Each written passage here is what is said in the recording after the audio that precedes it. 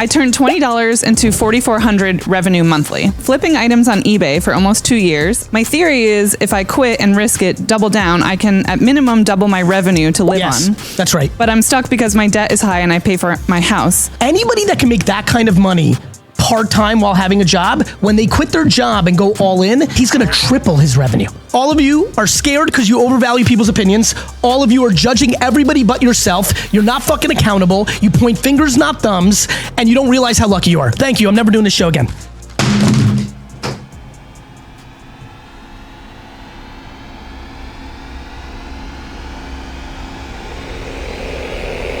No, but I missed the show. I missed the show. I missed the show. I mean, Jesus. Oh, God. He needs to jump. He will win. I've seen this movie 100 times, Aaron. Can I just say something to everybody? Friends, jobs will always be there for you.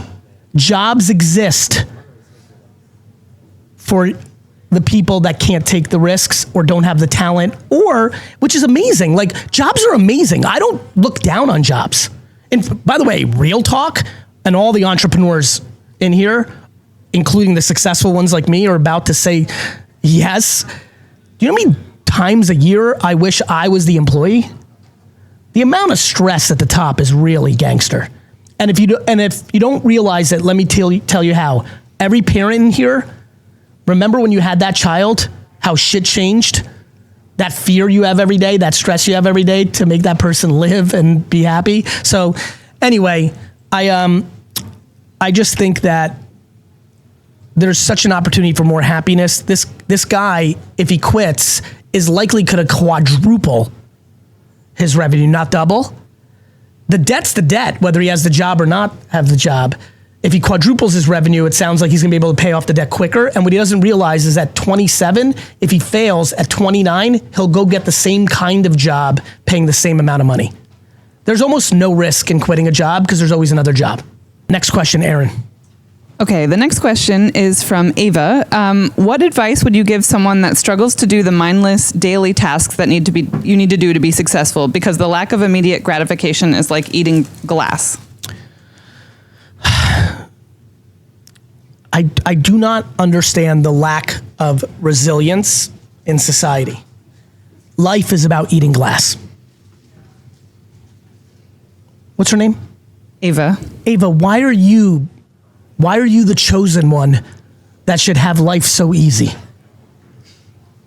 Ava, why are you the chosen one that should have life so easy and so great? We all have to eat glass. There's not a single person that you know, everyone, that isn't eating glass.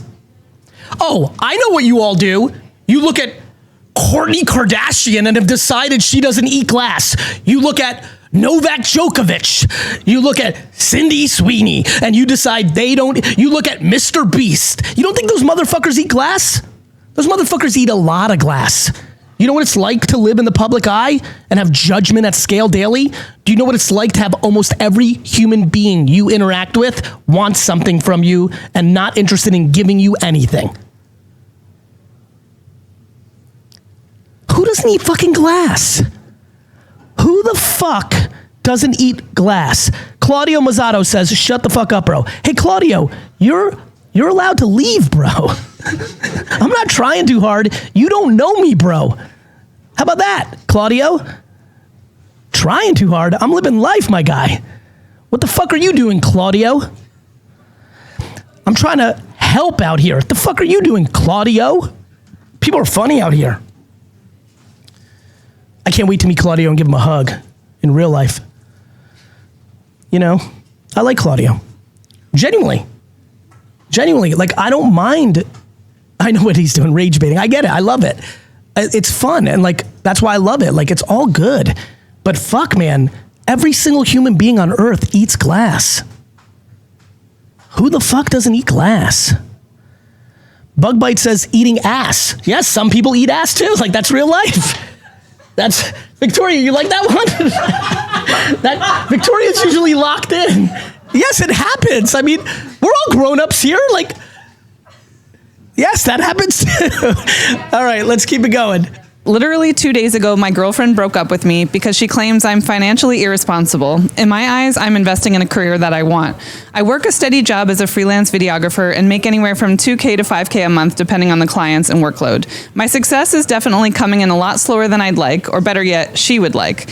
But I'm determined, and I communicated that I don't plan to stop. Also, for more context, this is my second time dumping money on a passion project this year. We're not even talking about last year, LOL. Yeah, I mean, look, the answer is both of you can be right. In this scenario, like, there doesn't have to be someone who's wrong or right. Like, she's allowed to make a subjective opinion if she thinks your strategies on how you handle your money don't work for her, for the kind of financial partner she's looking for in her life. She's allowed, you know, and long term, she may regret this decision, or it might be the best decision that ever happened. You're also allowed to not conform and get a regular job or do something. You are not in a place where you have to make a certain amount of money or do a certain thing to appease a partner either. There are unbelievable amounts of women in the world that will love you for what you do, for how you do it financial. What is financial success? It's different to everyone. Is $100,000 a year enough to make, to, you know, for many women and men? It is. For many women and men, it's not. I don't judge what people are looking for. They're gonna have to live with that.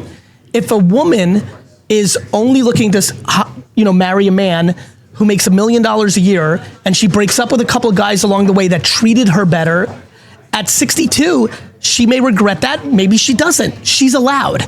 Same for men, same for men that marry. I mean, do you know how many we always love to say women are gold diggers. You know how many men are gold diggers? There's a lot of men who are trying to marry rich girls or girls that have rich dads, or like, there's a lot of shit going on in the world. The answer to this question is all of it works. Neither are necessarily right or wrong on surface level. Both could be wrong in real life. I don't have all that context, but it will all play itself out. But I would say, what I would say is, you know, like, don't cry. Like, don't cry when someone leaves you. That's the shit I'm about. Do not cry when someone leaves you. Be self-reflective.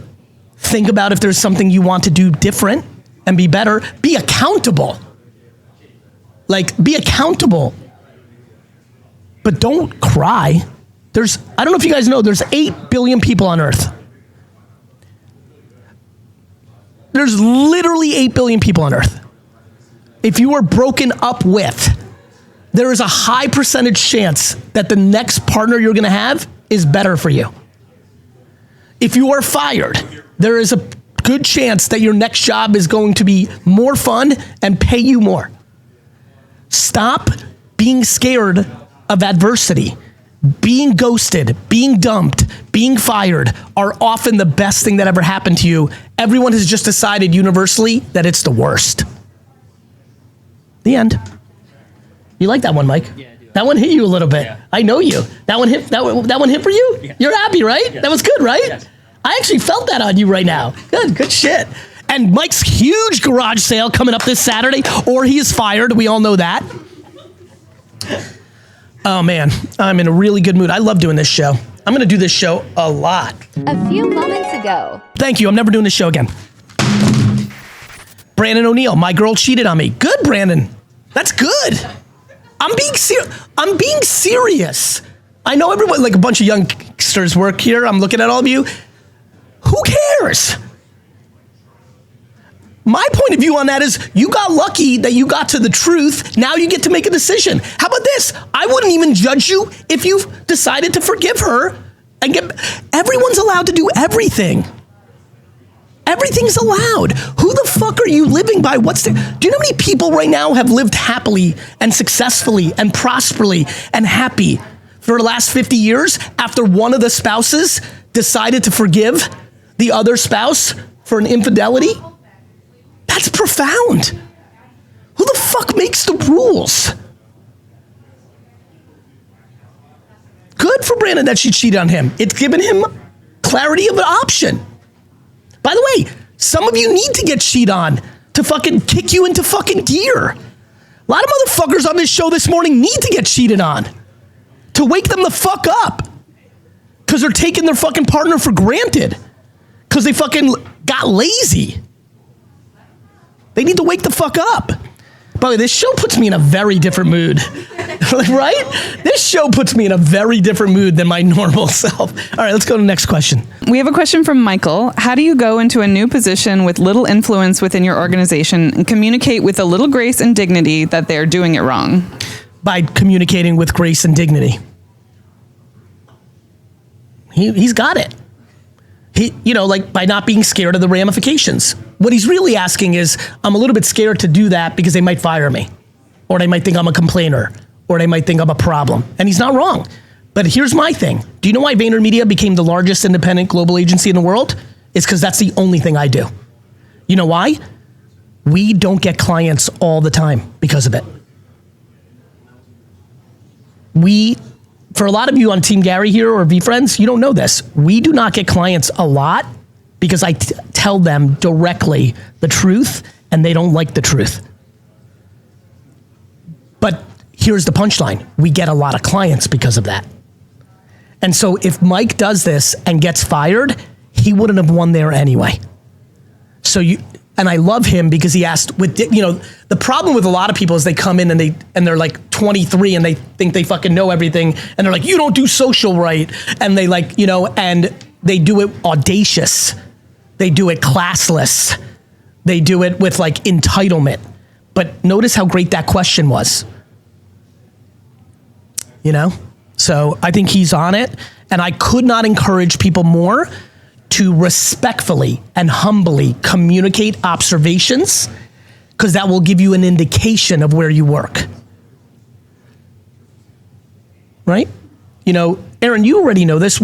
Actually, Aaron, you really know this. We don't really know each other like that yet. We're about to get to know each other because of where I'm going with my personal brand come in the fall.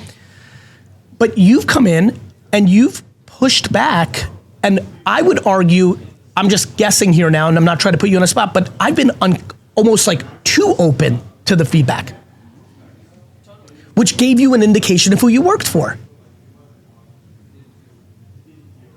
Right? So for you, it worked. But if I was like, shut the fuck up. Who the fuck do you think you are? Do you understand I'm GaryVee? I got 55 million followers. How many you fucking got? If I did that shit, you'd be like, I need to get the fuck out of here. Okay, this question is from David. I'm 32, single, a CPA, MBA, and I feel like I've wasted the last decade. 32 or 42? 32. Oh, here we go. Go ahead. I've wasted the last decade addicted to weed and just surviving. I'm finally ready to change and build something meaningful. I've said it before, but I have no choice.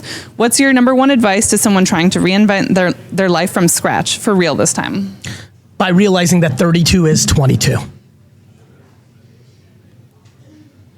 I'm pumped for this guy. What's his name? David, I'm so proud of you, bro. Here's what I would say. Like, when you're 90, you'll be like, yo, 22 to 32 was fucking epic. I smoked weed every second. Like, you're going to be fine. Like, yes, you haven't, you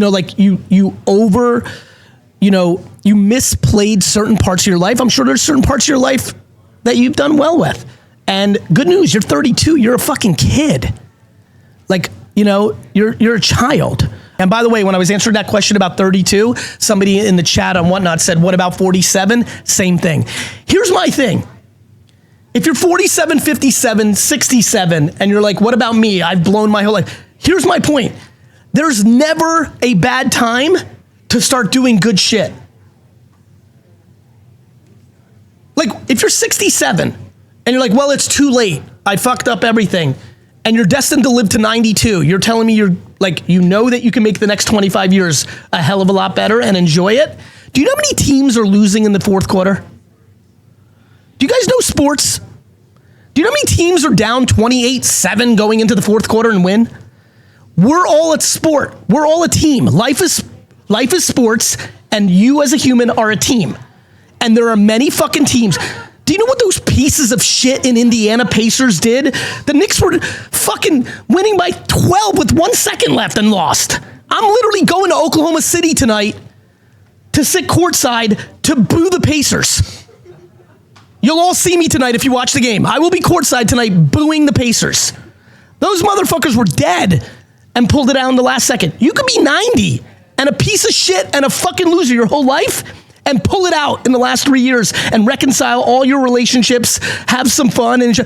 What is this? What about 47? What is this? What about 32? And you motherfuckers under 30, I'm going to kill all of you. What are you worried about? Nothing is bad. You've got unlimited time to make everything awesome. What are you crying about? And you know what you're all crying about? But I'm a 29-year-old girl, and my friend Heather is already married and just had her first. What the fuck does Heather's life have to do with you? Next question. Okay, this question came through your text. It's from Samantha, who's 25 years old. She says, I'm an actor, and my life is not going in the direction I want it to. The reason for me reaching out is to ask if you offer life coaching sessions. Listening to your videos has been giving me so much inspiration and motivation, and sometimes I even feel like you're speaking directly to me. I started disconnecting from friends I grew up with lately because I no longer feel connected to them. I've realized I want to hang around people with big ideas and who see me and my ideas as a possibility. I don't know, I thought I'd reach out and see if I could get even like 5 minutes with you. I guess I feel like I am directionless. It has been feeling like no one gets me in my dreams, not even my family. Samantha, I'm so pumped. I'm so proud of you. You said, as a 25-year-old, you have realized one of the great lessons of the human life. I'm about to change thousands of people's lives in this moment and millions over the next 3 decades that watch this clip. If you are unhappy, you must do the following. You must audit and limit and replace the people and the content you are consuming. Who you spend time with and what you listen to is the fundamental reality of your emotions. My friends, if you are unhappy, you must break up, quit, or if you love your mom but she's a negative Nelly and you guys talk twice a day, you need to move to twice a week. You must cut out or limit. I'm not saying you gotta never talk to your dad again, but if your dad, every time you call him, is like, Dad, how are you doing? My back, my boss, I think I have cancer. Like, how's your idiot boyfriend? If that's the combo, you need to get the fuck out of there. You need to go surface level. You need to start thinking about therapy. You need to start consuming positive content. My friends, you are only unhappy because of who you spend time with. Let me give you an example. When my homies tell me they're unhappy with their job, yo, bro, like this is real life. When a friend of mine's like, yo, I fucking hate my job, I go positive. I'm not that friend. Like all of you are the same kind of friends. Most of you are not me. Most of you are enablers. Your buddy's like, yo, I hate my job. They're like, yeah, that boss a dick. No. I go to like, let's take a step back. What can you do about it? And then I remind them, you got a beautiful fucking daughter who's an Olympian. You've got a fucking great wife. You're going on vacation for 2 weeks next week. You love your softball team. I just go positive. And then I go accountable. I'm like, you can quit. But we're just in this culture of fucking enabling. Everybody here, what I'm feeling right now is something I don't say often. I'm asking if everybody's ready to be a better friend. Please put in the chat, better friend. If you're ready to stop enabling your dwelling, unhappy loser friends and are willing to do what I'm doing on this show for you every morning to your friends. I get they're your homies, but you can't just be like, yeah, you're right. When your girl's like, oh, Rick's such a dick. He went bowling too late last night. You need to be like, Karen, shut the fuck up. Rick's a good dude. Rick's better looking than you. Rick's providing. Let the fucker bowl. Not like, yeah, Rick's a dick. Do you understand? Enough enabling. Next question. Question from Jason. How do you deal with a franchisor who micromanages their brand? I'm the consultant and all creativity and innovation gets blocked by a controlling founder. By not being a consultant.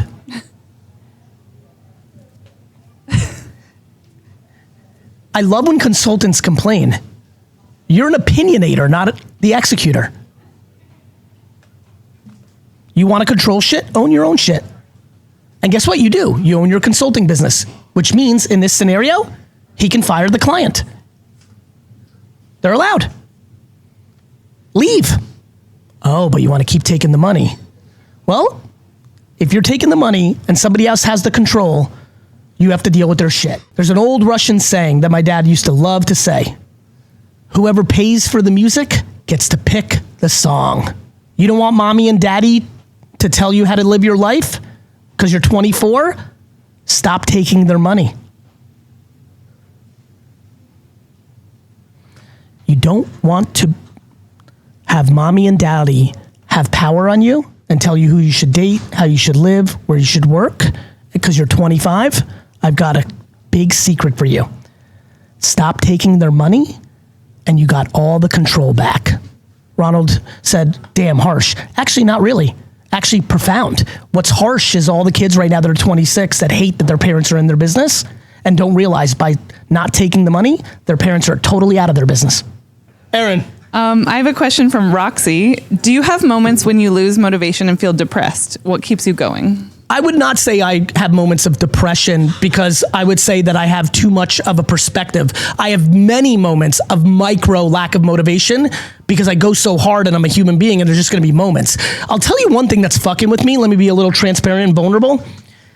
I'm a little, I love making fun of all my friends that moved to Florida because I'm like, you're a loser, because they think they're like A players. I'm like, you're not an A player once you move from New York to like LA or fucking Miami because you're like in yoga in the middle of the day and you're like fucking, like you're just not. Like you can't be an A player in Miami. Like let's just call it a fucking, I'm talking like a gangster fucking like you're a gangster. Which, and by the way, most people should be B- players. But I will say this, I'm a little bit scared about this. As I get older, I definitely am realizing like a rainy day is not for me. I fucking hate rain. By the way, the suicide data around Seattle and London, like I understand it. I don't like rain. I fucking love snow, like love. That must be that like Soviet Russian, like it's probably in me, right? I fucking hate rain. I honestly, fuck rain. No, I'm telling you, like gloomy rain is like the only times I kind of feel unmotivated, Aaron, there's a direct correlation to the rain. I'm telling you there is. I can't fuck with rain. I fucking hate rain. And then like people are like, look, tons of people in the comments are like, I love rain. That's awesome. That's what I love about life. Like, you know what? I used to not like cilantro because I had that palate that like is like soap.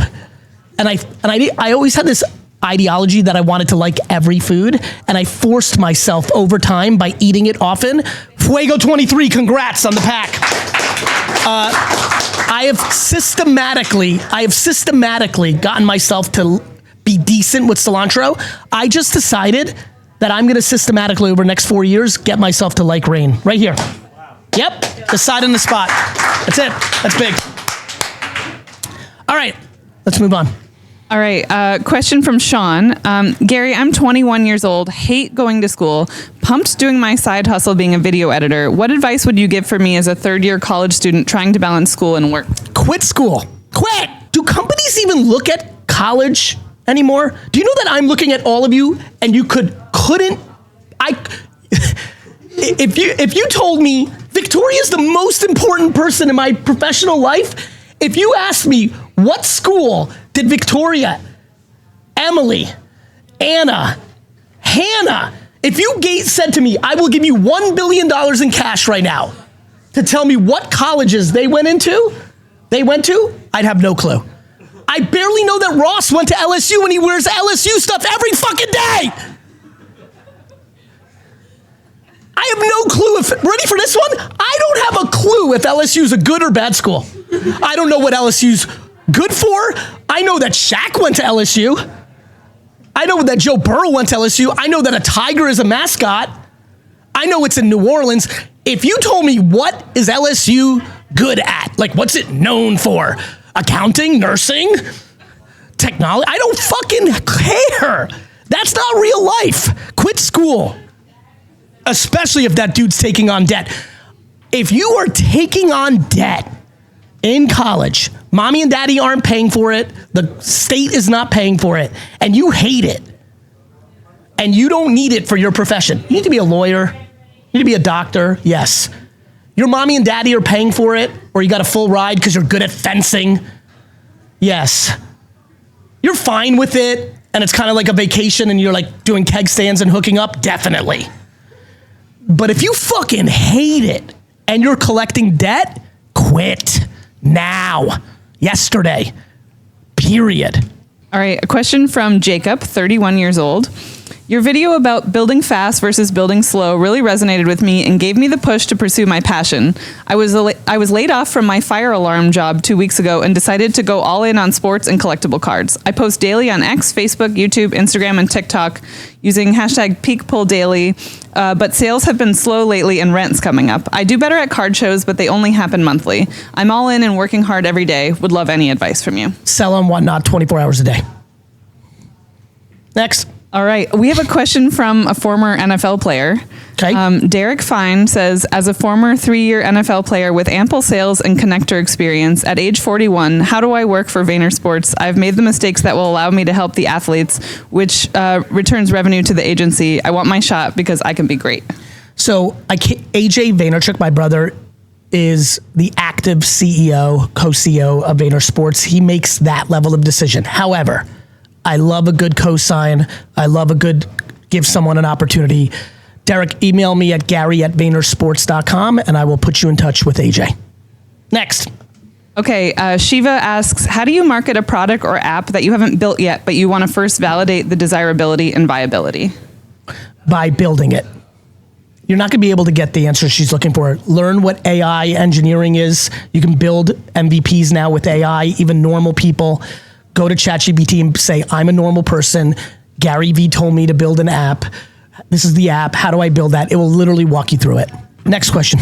Okay, from Tootsie Jr., looking to find my next gig post 67 years old. Love. In 18 months, my corporate risk management job will be over. Not sure where to start. Not about the money, more about what do I want to do. You know what's so funny? Like, this question's interesting to me. Like, the answer is, what are your hobbies? Like, do you love golf? Do you love cooking? Do you like watching whatnot? Do you like, everybody does know the answer to this. And everybody's scared of the answer because they don't think it's a job. You know, again, do you like garage sailing? Because it is a job. You can make $200,000 a year buying a garage sales and flipping on whatnot on eBay. Like, do you like poker? You can make content about poker. Everyone does know. If he said he did well, right? He did well enough that it doesn't have to be about the money. It could be anything. You like the horse track? Go to the horse track every day and make content about horse betting, and that can lead to sponsorships that can pay for your betting. You like ice cream? Go work at an ice cream shop. Make $19 an hour working at a fucking ice cream shop in Palm Springs and serve the kids. I don't know. Everyone actually knows the answer to these questions. Everybody fears leaning into their happiness. There's this almost inherent subconscious misunderstanding that you can't do it. You can't. This is why I'm how I am. I just fully do what I want. It comes with eating glass every minute of my life, but it's what I want to do. This goes back to nothing's perfect, nothing's easy. Even doing your dream job or your dream thing has its ramifications. There is no perfection. There's just life. Next question, Aaron, fire away. Okay, this is from a comment on one of your YouTube videos. Does passion really build billion-dollar brands, or do you need to be a little obsessed like VeeFriends to pull it off? What's your take, heart or hustle? Both. Passion is often the reason people go out of business because they just think, I'm passionate about this golf business, it'll do great, and it fails. Passion is fuel, but your business is the car, and you have to know how to drive it. Ooh, shit. Yeah, whoa. Clip that. Whoa. Yeah, that was it. That was it, y'all. I got that one. Passion is the fuel, right? The business is the car. You have to be a great driver. So passion is just one of the elements. But I do believe that passion allows you to get crazy. I think a lot of people build very nice businesses because they just want the money. Oh, I know I'm good at math. I can start an accounting firm. I'm not passionate about it, but I'm going to build a $10 million business and I'm going to make $800,000 a year and I'm going to have this good life, and that's fine.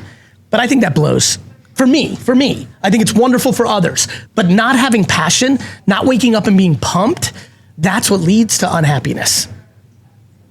I'd rather in fact, I do make so much less money than I could because I choose happiness and I do that now. And people are gonna be like, well, you can now.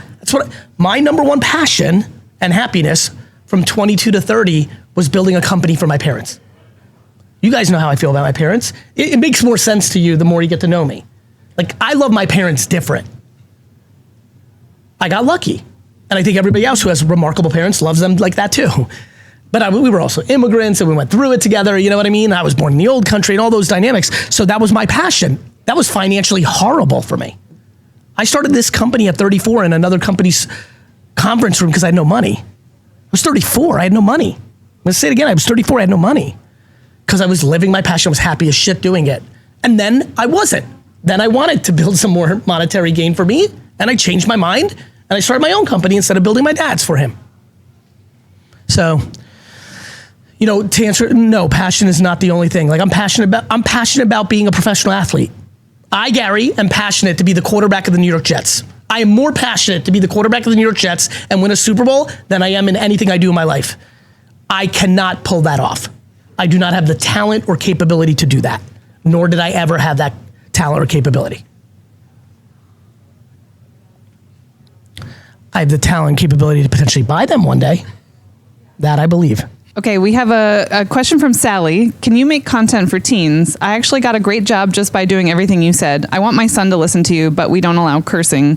What do you have for teens? I think this would make a huge impact in my son's life. I'll just wait for your son to get old enough.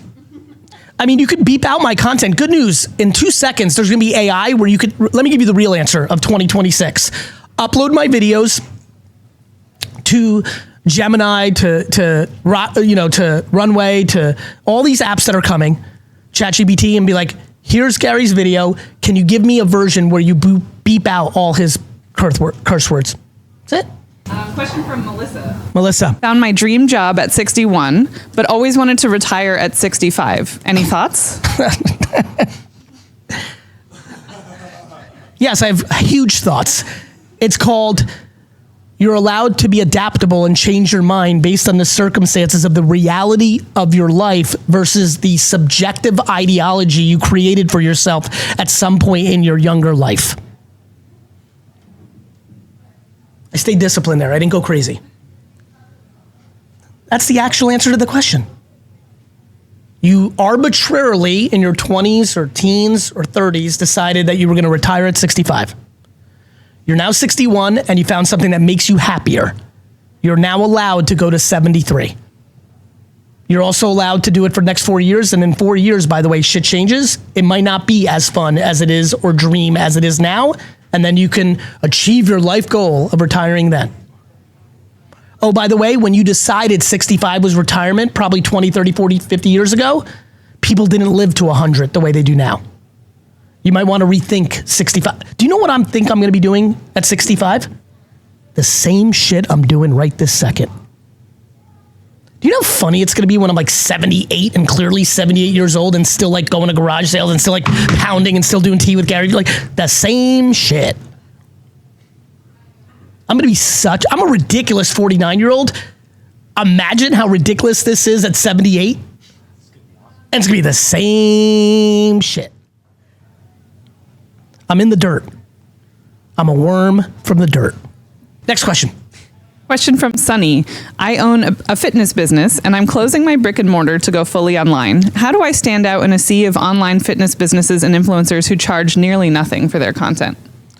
By understanding that the market is the market is the market. Like supply and demand, like shit changes. By giving better content and by having people care more about them. Everybody who's got a personal brand wants to speak. I get paid more. People feel more connected to me. Give back more. Give back more. Look what I'm doing with Tea with GaryVee right now. Have something to offer, which is yourself. People will pay for things that are free out there if they like the person more, but that's the game. Next question, Aaron.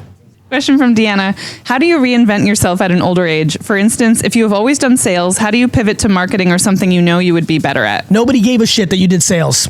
You're allowed to do marketing. People are in their feelings too much. It doesn't matter that you did sales. Now you do marketing. by start making content and just changing your LinkedIn profile. And you're like, I do marketing now. Nobody cares about these things. That's old thinking.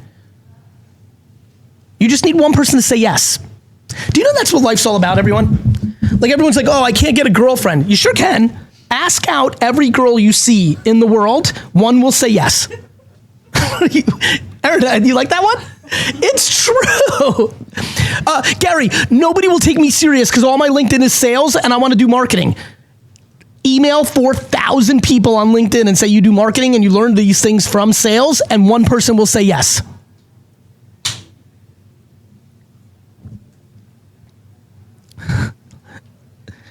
I'm trying out here, folks. I'm trying. Like, life is so simple, and yet everyone decided to make it so complicated. I would say humans' great skill is complicating simplicity. Life's simple. You just made it hard. Next.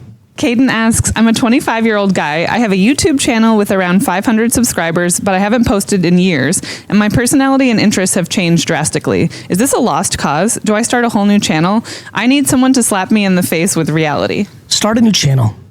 500 zero anyway. Who gives a shit? Non-question. Last question. Okay, this question is from Darren. Gary, I'm a realtor. You mentioned about going live on Instagram, TikTok when you have no one watching. What should I be talking about? Any ideas? First, make content so you build up a couple hundred followers. Text Andy Craniac all the way to Zach Nadler in your phone and everybody in between. Ask them to watch your content. Build an audience of 7. When I started Wine Library TV, I had 30 watchers, then 41. And 57. Like, I don't, just make content. Make content. Put in the words, put in the actions to the words I'm saying. Sneak one more in. Okay, a quick one. Any tips for speaking on camera for someone who's never done it before? To do it.